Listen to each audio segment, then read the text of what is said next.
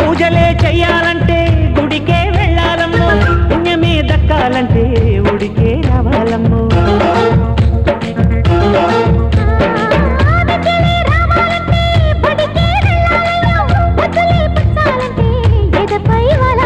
చిన్నారి బుక్కల్లో పొన్నారి పొంగుల్లో చేసి తడితే ఎలా ఎలా ఎలాగుంటది,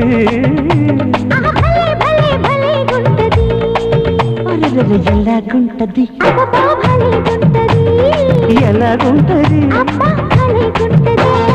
మొదటిసారి మనసు కడితే ఎలాగుంటది, మొదటిసారి ముద్దు పెడితే ఎలాగుంటది, భలేగుంటది.